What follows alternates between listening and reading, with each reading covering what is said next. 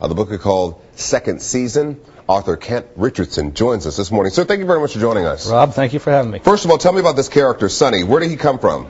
Sonny Wilson, Maysville, Kentucky. He comes from a dysfunctional family and very troubled young man. He figures he can throw himself into Major League Baseball, escape all that, escape the hometown, and it works to a degree, but he becomes kind of a Ty Cobb type of player, where doesn't get along with a lot of people, and a lot of people don't like him.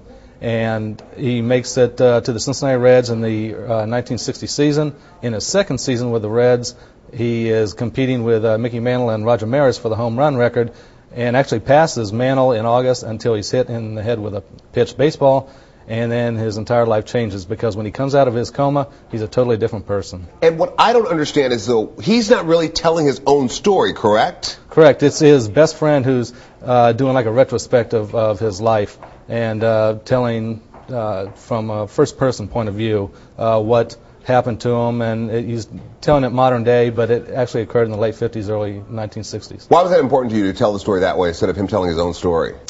I've tried doing it from a couple different perspectives, and actually late into the script I decided to do a first person because the best friend was a good character, but I wasn't really utilizing him very much, and I thought I can just have him tell the story, because from an early age on, we all like to be told a story by somebody. Absolutely. And in this book, as I mentioned in the intro of this, you kind of marry fiction and fact. It's historically correct. Yeah, yes. So now how did you walk that fine line in terms of what you were going to keep in the book and what people would find familiar, especially around here, in terms of times, places, and people?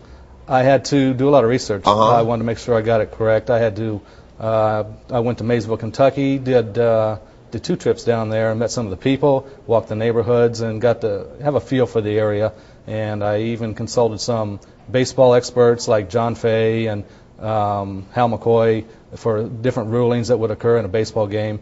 And so I tried to make it as accurate as I could so that you would read the book and say, did this really happen? Yeah, because a lot of people said, one reviewer said that when he was reading the book, he felt like he knew many of the characters he encountered in the book. Correct. Whether they were real or not real. So how did you form those characters and those feelings, I guess, that bind us all together, especially in this area of the country? Yeah, just having grown up in the area, up in Hamilton, Ohio. Yeah. And I guess I just got a feel for the people. And I know, like when I talk about opening day, I know how important it is and how Crosley Field was. I was there a couple of times before they tore it down.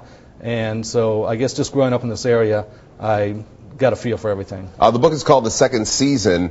Kent Richardson is a graduate of Miami University. He is going to be at a book signing tonight at the Streets of Westchester Barnes & Noble. It starts at 7. The book is fact and fiction, and something a lot of people around here would be interested in. So thank you very much for joining us. Thank you for having me. All the best to you. We have much more straight ahead.